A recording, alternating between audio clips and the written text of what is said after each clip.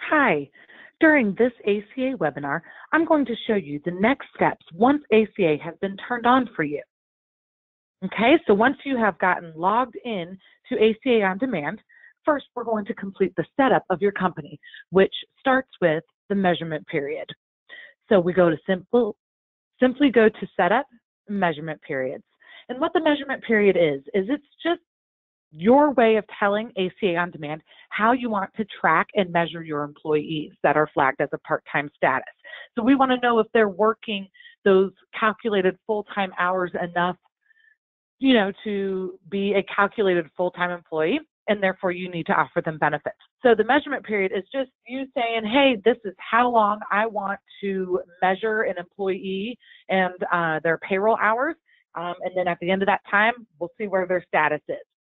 So this is something that you need to come up with for your own personal company. You are more than welcome, of course, to talk to your broker or your attorney or whoever it is that you wish to speak with to try to determine the best length of time for your specific company. So for mine, I have it in place right now. I'm going to click edit so that way you guys can see the different options. So for my standard salaried employees and standard hourly employees, I have them set up to be measured at the same length of time. A standard employee just simply means that they have worked for the length of at least one measurement period. So in my case, I have it set for 12 months. So these employees have been here for at least a year. Employees that have been here less than a year, for me, for my demo company, they're called new variable hour employees. Those are basically your new hires that you've hired, and they're going to be on their own little measurement period just until they work the length of one full measurement period, and then they'll jump up over into the standard measurements section. Okay, so you can choose anywhere from 3 to 12 months in length. Pick your start date. I have mine set for 2018 because you got to keep in mind your measurement period is the look back period to determine the employee's hours. So we're looking back at the hours from before to determine if I need to offer them coverage for this current year. So it's just, you got to keep that in mind. It's your look back period. So you don't want to date anything, for the current year. You'd want to go back a year to see what their status is. All right. So once you have this in place and you're ready to go, you'll hit save. Now, I'm going to point out to here, when you click save, you're going to get this little pop-up message. And I'm pointing this out because in particular, right here, it says once saved, you cannot change these dates. The edit button actually disappears from this screen. That is designed on purpose. We don't want anybody changing the measurement period and time and length, just randomly throughout the year, because this is how we are tracking and measure the employees. So anytime you would go in and make a change to the date, it would recalculate everybody's hours. So that's why you have to be very certain of the length and the start date and any of that stuff for the measurement period before you hit save, all right? So we're going to go ahead and hit OK on that one because this is what I would like in place for my particular company. All right, so now that we have the measurement period in, and we know we got payroll files in and employees are in, so now the calculations are going to start actually happening for my specific company as far as who's becoming a calculated full-time employee, who's a calculated part-time employee, et cetera, like that.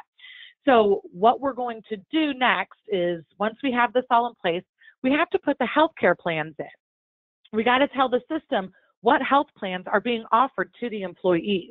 So we're simply going to go to plans right here, and this is your screen. Right now, I don't have any healthcare plans added in. I'm going to add one manually with you on this webinar here, and then I'm actually going to show you how to import them as well. So health plans are something that you can import into ACA OnDemand. I do like to note that, because if you are specifically a company that offers maybe age-banded plans to their employees, that's a lot of healthcare plans to enter in manually. I mean, you are more than welcome to do so, of course, by all means. But if you do have several plan options and importing is just something easier for you to do, we do have that option for you. So first, let's go ahead and go through the questions that are asked when we are manually adding a healthcare plan. So you simply click Add a New Record, and it's just going to open up this screen here.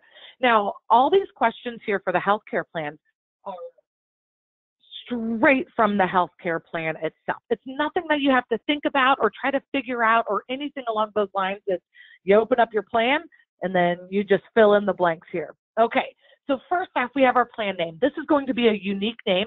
I highly suggest always putting in the year of the plan, so that way you know when you go into the drop down or anything like that, or you're looking back at information, you know that this plan was from 2019 or 2020 or, you know, wherever it may be. So we're going to go ahead and call this one the 2020 Gold Plan. We're going to get that set up. The carrier is, who is the healthcare provider? Is it Aetna, Blue Cross Blue Shield, United Healthcare, you know, anybody along those lines? I'm going to go with United Healthcare for mine. This carrier's information does not display anywhere on the 1095s or anything along those lines. It's just strictly informational for you to have. All right, the next two are these check boxes here.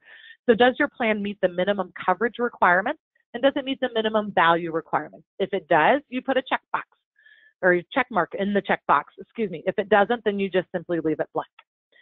The next three questions right here all deal with the waiting period for the health plan. Please do not confuse the measurement period with the waiting period. The measurement period is how we track and measure the employees to determine their ACA status. The waiting period is per the healthcare plan. So it's when you hire an employee and, you know, they're kind of like on that probation period. So it's like, maybe they don't have a probation period. Maybe you don't have a waiting period. Whatever it may be, it's one of those things that's, hey, you just hired this person, you have to wait 30 days, you know, or whatever it may be before you can offer them coverage. That is from the plan itself. Nothing to do with measuring the employee. It's just strictly from the plan. Okay. So we're going to go, I'm going to say that my waiting period is days. We'll go with 30 days. And then following the calendar month. So does the waiting period begin on the employee's hire date, or does it begin on the first of the following month? So like if I was hired June 15th, does my waiting period begin June 15th, or will it begin on July 1st? Okay, so if it begins on the first of the following month, then you would just check that box.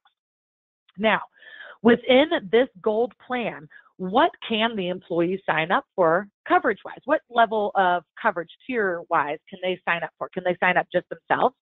Can they sign up just them and the dependent, them and the spouse, the whole family? You would just simply check off all the tiers that are applicable to that specific plan.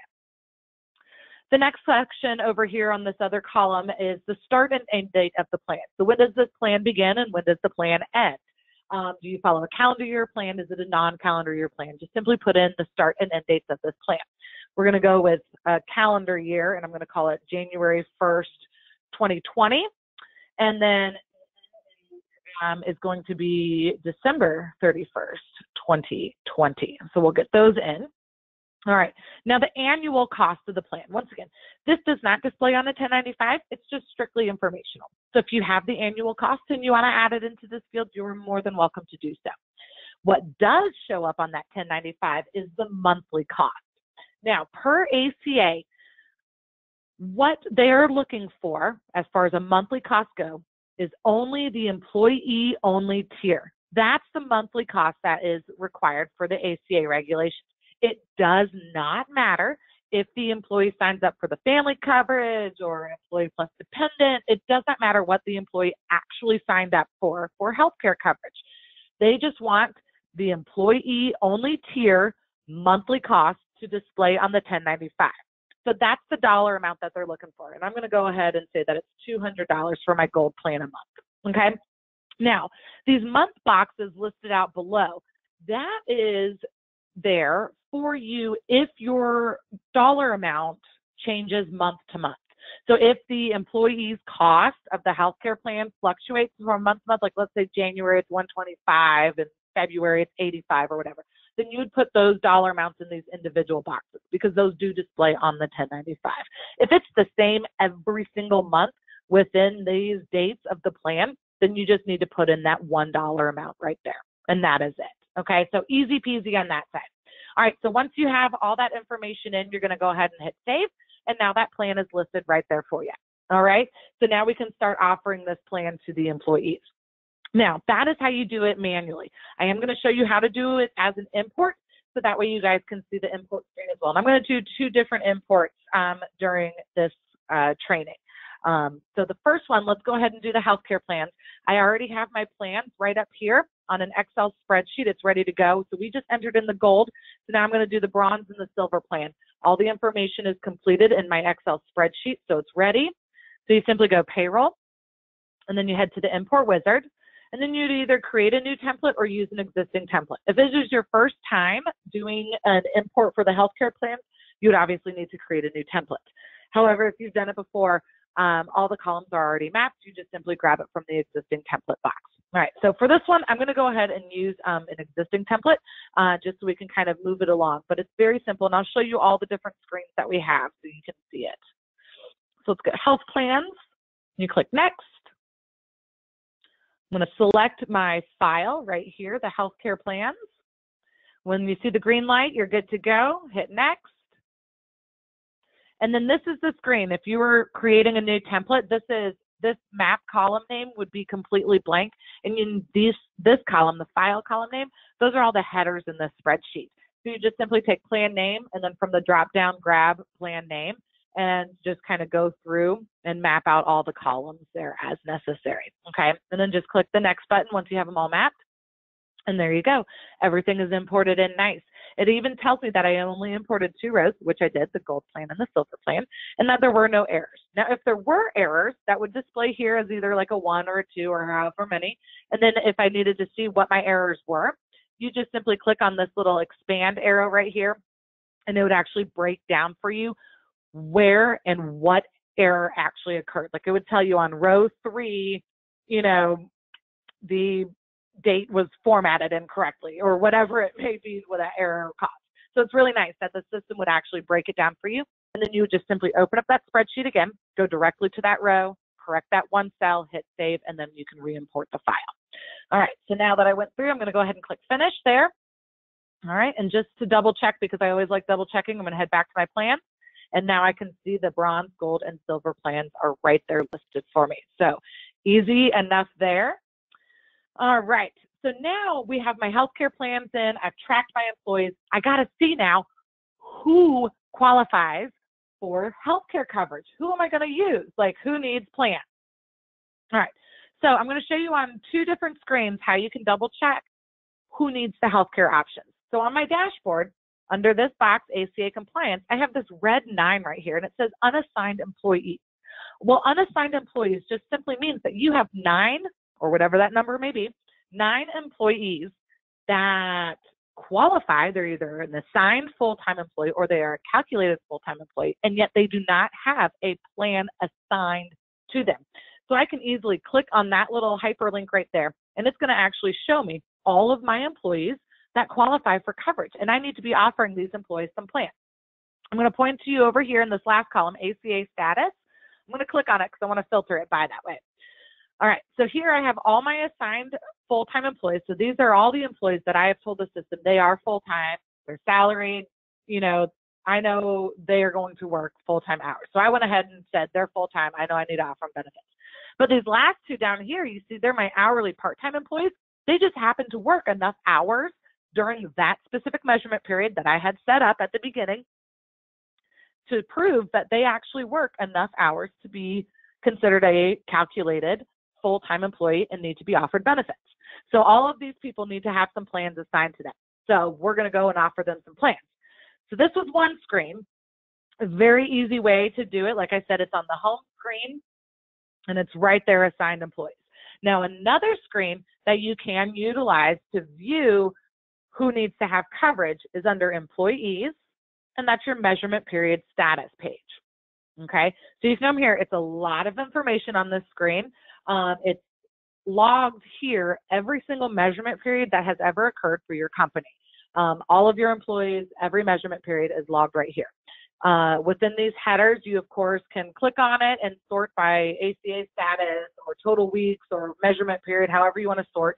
You can also select it from the drop down, or if you wanted to choose a specific employee as well, you're more than welcome to do so. You can also export this to an Excel document as well if it's easier for you to read in an Excel format.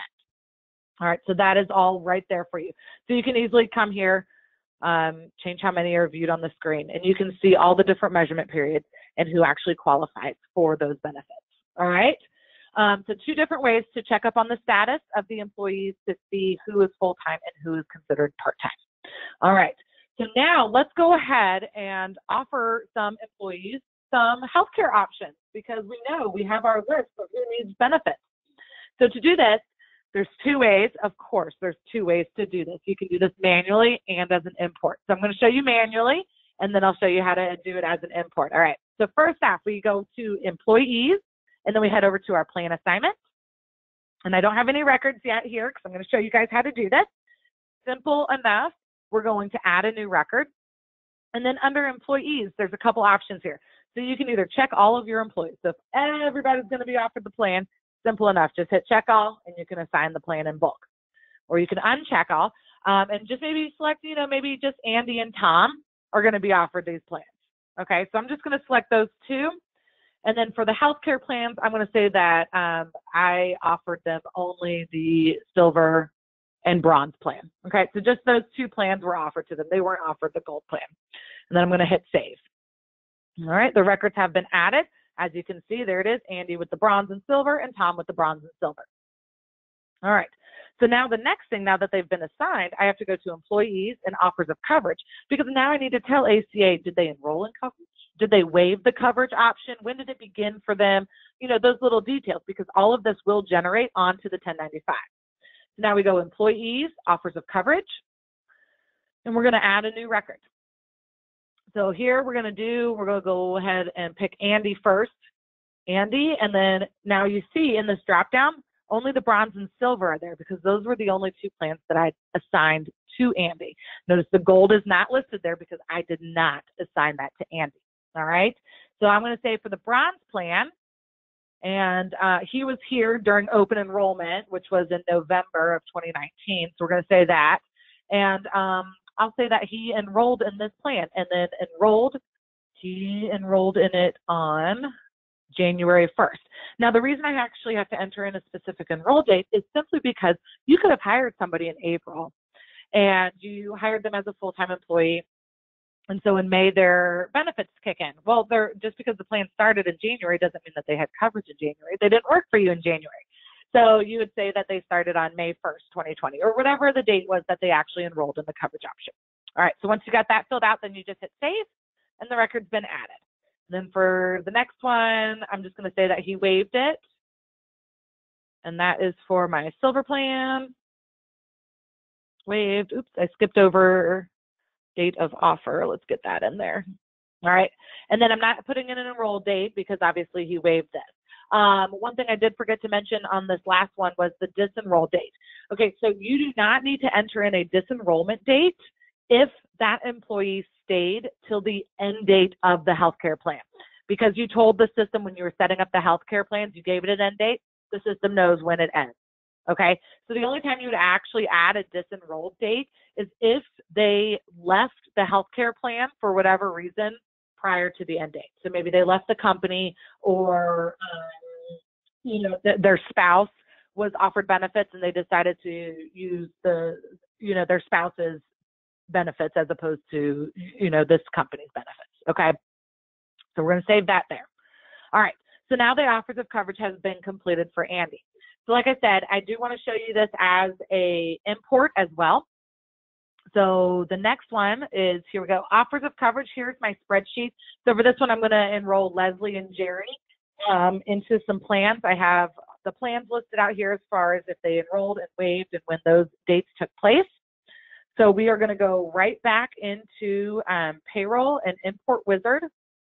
I'm going to use an existing template, and we have offers of coverage. I'm going to select my file for the for the offers. Next, and then here is where we're going to actually have to map out the plans, because I wanted you guys to kind of see this as well too.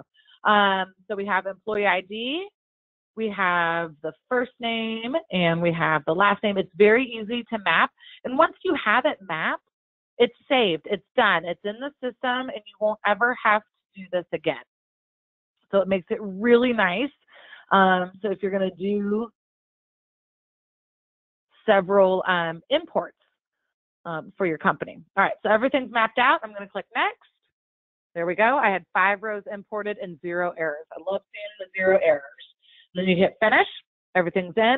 So now when I go to employees and offers of coverage, see, now there's Jerry's and Leslie's, all done nice and easy.